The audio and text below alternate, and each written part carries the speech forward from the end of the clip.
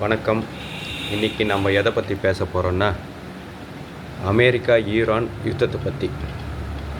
America இந்த வருடத்தில் Iran மீது போர் தொடுக்க முக்கிய காரணம் என்ரிச் யுரேனியத்தை ஈரான்லேருந்து அப்புறப்படுத்துகிற நோக்கத்தில் தான் அந்த போரை தொடுத்தது.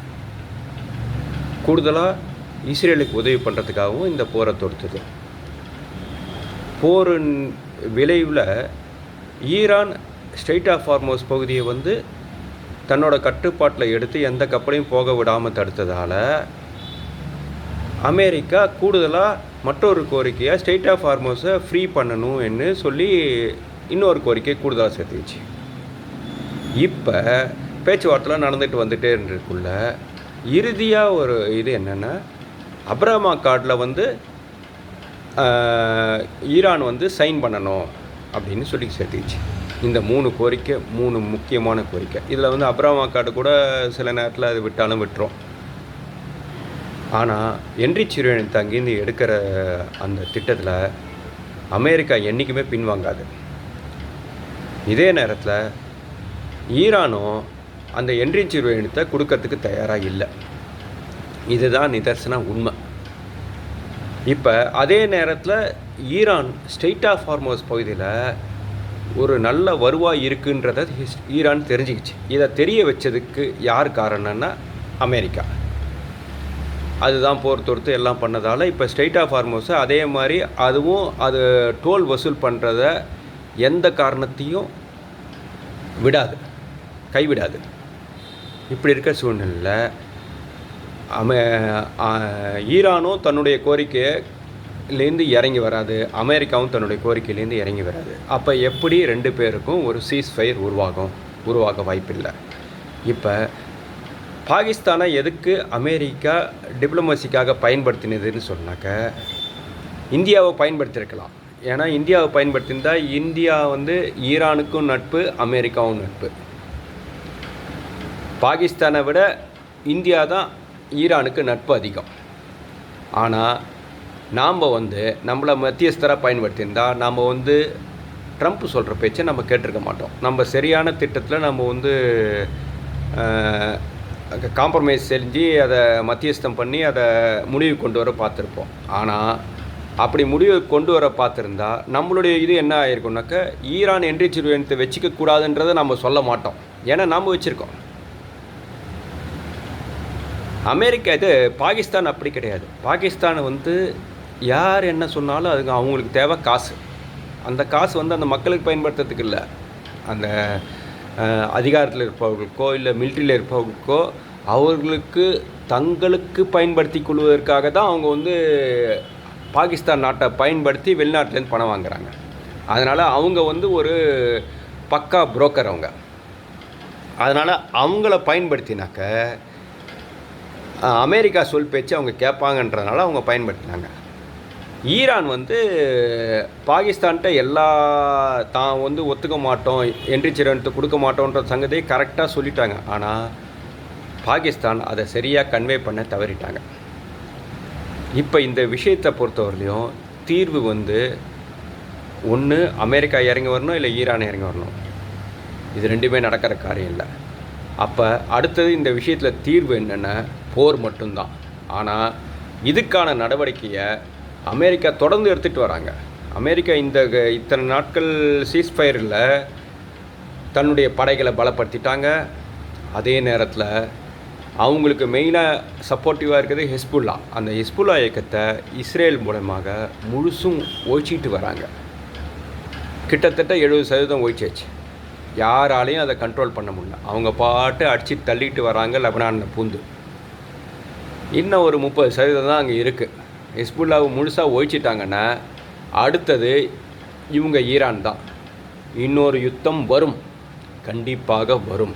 ஆனால் இதில் இவங்க என்ன பண்ணுறாங்கன்னா, மொஜட்டோபா இது வரலையும் அந்த அயத்துல்லா கமீனோட பையன் மொஜட்டோபா இது வரலையும் உயிரோடு இருக்கிறதா சொல்லிகிட்டு இருக்காங்க ஒழிய அவர் உயிரோடு இருக்கிறதுக்கான எந்த ஆதாரத்தையும் சமர்ப்பிக்கலை. இதை நம்ப தயாராகவும் இல்லை. அமெரிக்காவும் நம்ப தயாராக இல்லை, இஸ்ரேல் நம்ப தயாராக இல்லை. அதே நேரத்தில் இப்போ இந்த சபாநாயகரும் ஃபாரின் மினிஸ்டரும் தான் இருக்காங்க. இப்போ யார் கண்ட்ரோலில் ஈரான் இருக்குன்றது யாருக்குமே தெரிலன்றத அமெரிக்க அதிபரே சொல்லிட்டார்.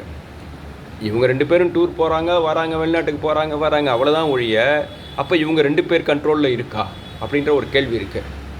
இந்த சூழ்நிலையில் ஈரானை வந்து அமெரிக்கா திரும்பவும் தொடர்ந்து தாக்கும்போது, அங்கே இருக்கிற மற்ற பல தலைவர்களும் கொல்லப்படும் போது ஈரான் அமைதியுறும்.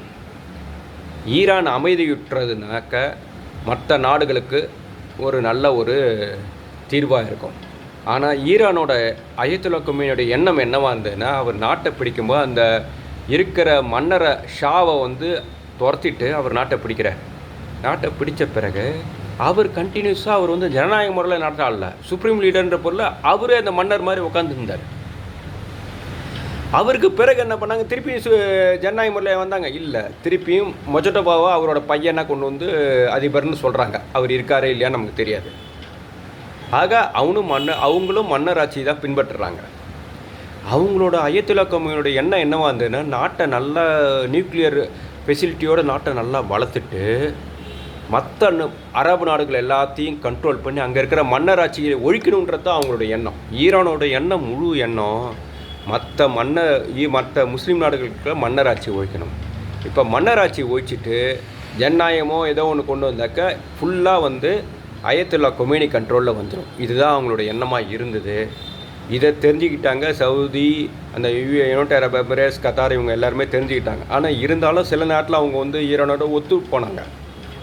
இந்த சூழ்நிலையில் இப்போ அயத்துல்லா கொமேனியோ இல்லை மொஜடோபா கொமேனியோ இல்லை அவங்களுடைய வாரிசோ அவங்கக்கிட்ட ஈரான் கண்ட்ரோல் போச்சுனாக்க, முழு கண்ட்ரோல் போச்சுனாக்க, அவங்க நியூக்ளியர் அவங்கள்ட்ட இருந்ததுன்னா இன்னும் ஒரு 5லேருந்து 10 வருடத்துக்குள் முஸ்லீம் நாடுகளின் மன்னராட்சி ஒழிக்கப்படும். மன்னராட்சி ஒழிக்கப்பட்டால் அந்த நாடு வந்து ஆப்பிரிக்கா மாதிரி மிக தள்ளாடும், ரொம்ப தீவிரவாதம் வளரும், ரொம்ப கஷ்டமாயிடும் இந்த உலகத்துக்கு. இன்றைக்கி காங்கோவை பார்த்திங்கன்னா அங்கே எபோலா வைரஸ் பரவிட்டுருக்கு. எபோலா வைரஸ் அங்கே நிறையா குழுக்கள் இருக்குது. குழுக்கள் தான் யார் ஆட்சி பண்ணுறாங்கன்னு அங்கே தெரியல. இந்த சூழ்நிலை இருக்குது. அதை கண்ட்ரோலே பண்ண முடியல. எபோலாவில் தான் உலகத்துலேயே அதிகமான மினரல்ஸ் கொண்ட நாடாக எபோலாவாக இருக்குது. அதை அபகரிக்கிறதுக்காக இன்றைக்கி ரஷ்யாவும் அமெரிக்காவும் முயற்சி பண்ணிகிட்ருக்காங்க. இதான் நிதர்சன உண்மை. நம்ம இந்தியாவை போல் யாருமே வந்து பிற நாடுகளை நம்ம வந்து அபகரிக்கிற எண்ணமே நமக்கு கிடையாது. இந்த மாதிரி எண்ணம் வேறு எந்த நாட்டுக்குமே இல்லை. இன்றைக்கி ஃப்ரான்ஸ் அனுபவிக்குது. ஃப்ரான்ஸ்லாம் இன்றைக்கி இவ்வளோ பேசுகிறாங்களே, ஃப்ரான்ஸு இதுக்கு முன்னாடி என்ன பண்ணாங்க ஆப்பிரிக்க நாட்டில்? இன்றைக்கி ஆப்பிரிக்க நாட்டில் அவங்க பிடிச்சி வச்சுருக்கிற இடம் ஏகப்பட்ட இடங்கள் இருக்குது, பல நாடுகள் இருக்குது. இன்றைக்கி அவங்க ஈரான் யுத்தத்தில் வந்து அமெரிக்கா செயல்படுறது தப்பு, இஸ்ரேல் வந்து லெபனான் தப்புன்னு இன்றைக்கி ஃப்ரான்ஸு பேசுகிறாங்களே, இதே ஃப்ரான்ஸு தான் பிடிச்சி வச்சிருந்த இடத்த இமீடியட்டாக கொடுக்க தயாராக இருக்காங்களா? ஜெர்மனி இவங்களாம் என்ன பண்ணுறாங்க? எல்லாருமே இதே மாதிரி தான் பண்ணிகிட்ருக்காங்க. ஃப்ரான்ஸு மாதிரி உலகத்தில் மற்ற நாடுகளை பிடிச்சது ஃப்ரான்ஸு, பிரிட்டிஷு, இவங்க எல்லாருமே இன்றைக்கி நிறைய இடத்த பிடிச்சி வச்சுருக்காங்க. இவங்கெல்லாம் வாயை திறந்து இஸ்ரேல் அதை எதிர்க்கணுன்னாக்கா முதல்ல தாங்க பிடிச்சி வச்சுருந்த நாட்டை ஒப்படைக்கணும். அது மட்டும் இல்லாமல் இது இங்கிலாந்து மன்னர் தான் கனடாவுக்கு மன்னராக இருக்கார், ஆஸ்திரேலியாவுக்கு மன்னராக இருக்கார், எல்லா 5 நாடுகளுக்கு மன்னராக இருக்கார். அதை அவர் விட்டு கொடுப்பாரா? ஆனால் இன்றைக்கி முஸ்லீம்களின் பாப்புலேஷன் வந்து இங்கிலாந்தில் அதிகரிச்சிருச்சு. அதனுடைய விளைவு என்ன ஆகுன்னா, இன்னும் மிஞ்சி போனால் 10 வருஷம்தான், 10 வருஷத்துக்குள்ளே இங்கிலாந்தில் மன்னராட்சி ஒழிக்கப்பட்டுடும். இது நிதர்சன உண்மை. நீங்கள் என்றைக்கு வந்து பிற நாட்டு பிரஜைகளுக்கு நம்ம எந்த நாட்டிலையுமே ஓட்டுரிமை கொடுக்கக்கூடாது, என்னை பொறுத்தவரையிலும் கேட்டால். இப்போ இந்தியான்னு எடுத்துக்கிட்டாக்க, இந்தியாவுக்கு வர்ற பிற நாட்டை சேர்ந்தவங்களுக்கு நம்ம ஓட்டுரிமை கொடுக்கக்கூடாது. பங்களாதேஷ்காரங்களே நம்ம ஓட்டுரிமை கொடுக்கக்கூடாது. கொடுத்தா இன்றைக்கி வெஸ்ட் பெங்கால் என்னாச்சு? அதே நிலைமை தான் எல்லாருக்கும். ஓட்டுரிமை கொடுக்காதீங்க, எலெக்ஷனில் நிற்கக்கூடாது. இப்போ இந்தியாவிலேருந்து அமெரிக்காவுக்கு போனால் கூட அவங்கள எலெக்ஷனில் நிற்க அனுமதிக்கக்கூடாது. அப்படியே எலெக்ஷன் நிற்கிறதுக்கு நீங்கள் ஒரு அனுமதிக்கணும்னு நினச்சா கூட என்ன பண்ணணும்னா, நீங்கள் வந்து அப் டு ஸ்டேட் லெவல், அதுக்கு மேலே அவங்க வரக்கூடாது அப்படின்ற ஒரு இதை எடுத்துக்கணும். அடுத்து வந்து அவங்க கட்சியை ஆரம்பிக்கிறதுக்கு அனுமதிக்கக்கூடாது. இங்கேருந்து இப்போ இந்தியாவிலேருந்து ஒரு உதாரணத்துக்கு நான் என்ன எடுத்துக்கிறேன்னு, இங்கேருந்து இந்தியாவிலேருந்து அமெரிக்காவுக்கு போய் ஒரு கட்சி ஆரம்பித்து அவர் ஜெயிச்சு அவர் பாட்டு பிரசிடெண்ட்டாக வந்துட்டா என்ன ஆகுறது? என்றைக்குமே வரக்கூடாது. அந்த மாதிரி இதில் நம்ம இது பண்ணால் தான் ஒரு நாடு வந்து உருப்படும். இல்லைனாக்க ரொம்ப கஷ்டம். இன்றைக்கி இங்கே ஐரோப்பிய யூனியன் கஷ்டப்பட போகிறதுக்கு இன்னொரு 5 வருஷத்தில் ஐரோப்பிய யூனியனே இல்லாமல் போயிடும். பல நாடுகள் முஸ்லீம்கள் கையில் போயிடும். முஸ்லீம் கைகள் போகிறத பற்றி நான் தவறுன்னு சொல்ல வரல. ஆனால் அவங்களுடைய கொள்கைகள் முஸ்லீம்ன்றது நான் இந்த இடத்துல என்ன சொல்கிறேன்னா அரபிக்கல். நான் நம்ம நாட்டு முஸ்லீம்களை சொல்லலை, அரபிக்கலை சொல்கிறேன். அரபிக்கல் கைக்கில் போனாக்கா அரபிக்கல் என்பது அவர்கள் வந்து இவங்களோட அல்லாவின் ஆட்சி தான் கொண்டு வரணும்னு நினைக்கிறாங்க. இன்னும் மதத்தில் தான் ஃபுல் தீவிரத்தோடு இருக்காங்க. அவங்க வரும்போது இந்த மாதிரி இப்போ இருக்கிற நம்ம ஃப்ளைட்டில் போகிறது இந்த மாதிரி வசதிகளோ எதுவுமே நம்ம பண்ண முடியாது. நம்ம ஒரு என்டர்டெயின்மெண்ட்டுன்றது ஒன்று உண்டு. நம்ம மனிதர்களுக்கு என்டர்டெயின்மெண்ட்டுக்கு எதிரி வந்து அரபிக்கல். அது நிதர்சனம் உண்மை. இன்றைக்கி அந்த நாட்டில் வந்து என்டர்டெயின்மெண்ட்டே அலவுடு கிடையாது.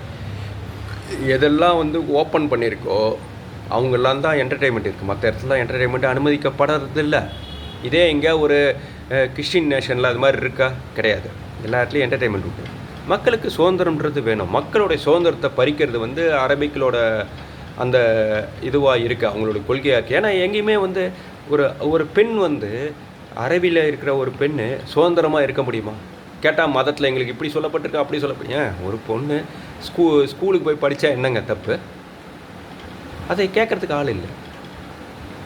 ஸ்கூலுக்கு போய் படிக்கக்கூடாதுன்றாங்க. அவங்க 12 வயசில் 14 வயசில் கல்யாணம் பண்ணிக்கணுன்றாங்க.